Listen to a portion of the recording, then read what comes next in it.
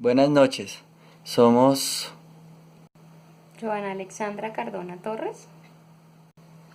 y Michel Ángel Oliveros. Somos de la Facultad de Ciencias Empresariales y hoy vamos a ver Derecho Laboral y Colectivo, la libre asociación. Vamos a iniciar viendo la historia sindical. Entonces, pues podemos decir que el sindicalismo es un producto de la revolución industrial y puede ser definido como una asociación o agrupación que se forma para la defensa de los intereses económicos y laborales de un grupo de trabajadores asalariados.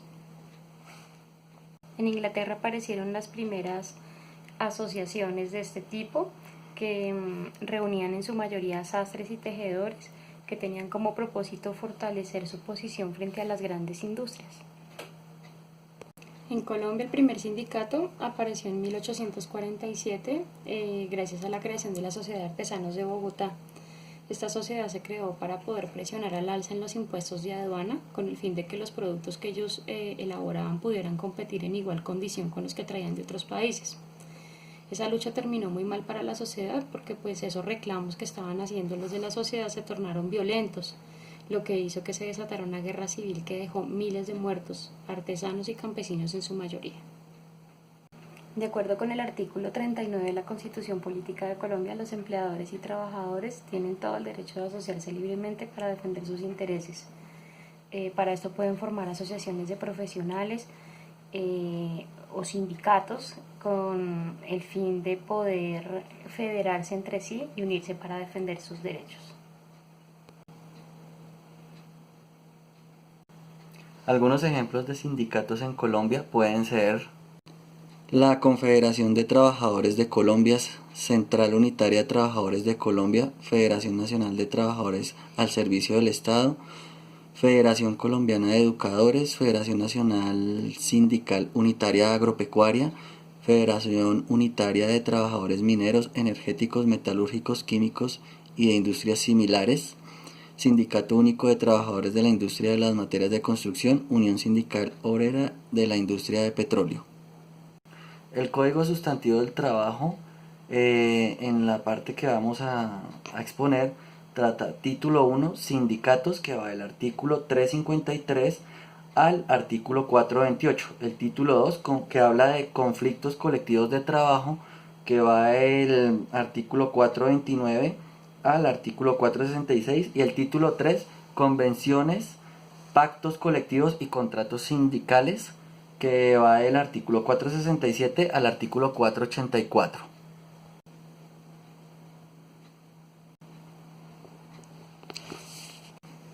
El derecho colectivo laboral, que es el tema de nuestra exposición, pues trata de la negociación colectiva que existe entre empleadores y trabajadores, que crean una serie de normas extralegales, que todas pues reguladas bajo el Código Sustantivo del Trabajo para lo que es el tema de las libres asociaciones, que aplican no solo para el sector privado, sino también para el sector público.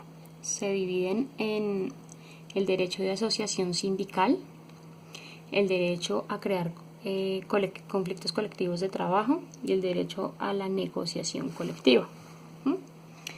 Sobre el derecho a la asociación sindical, pues vemos que habla sobre la creación de los sindicatos, que son pues agremiaciones que defienden los derechos de los trabajadores, son personas jurídicas de derecho privado y requieren como mínimo 25 personas para ser constituidos.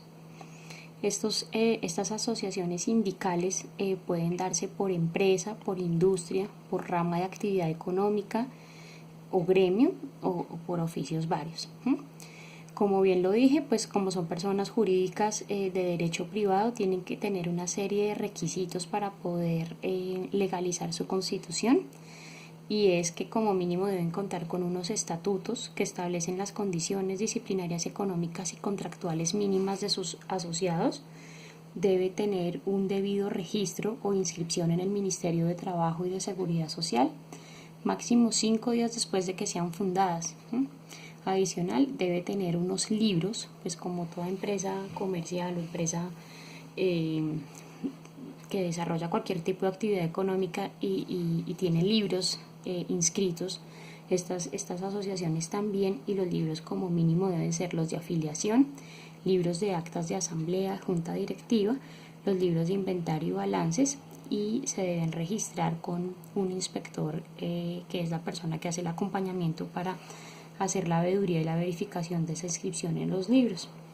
Adicional, pues encontramos que cuentan con un fuero sindical, que es la garantía de la que gozan algunos trabajadores de no cambiar sus condiciones de trabajo sin autorización de un juez.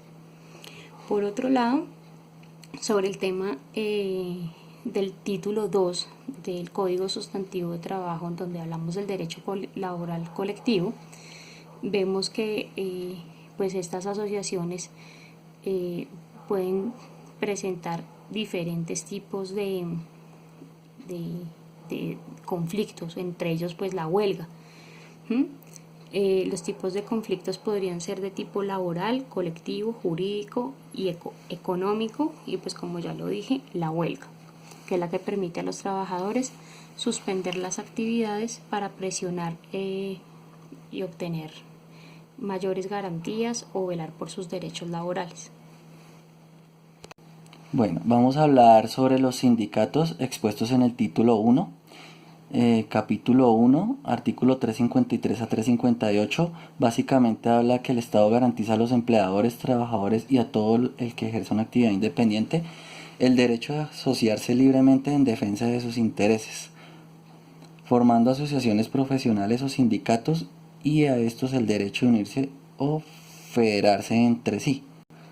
Los sindicatos deben ajustarse en el ejercicio de sus derechos y cumplimiento de sus deberes a las normas de este título.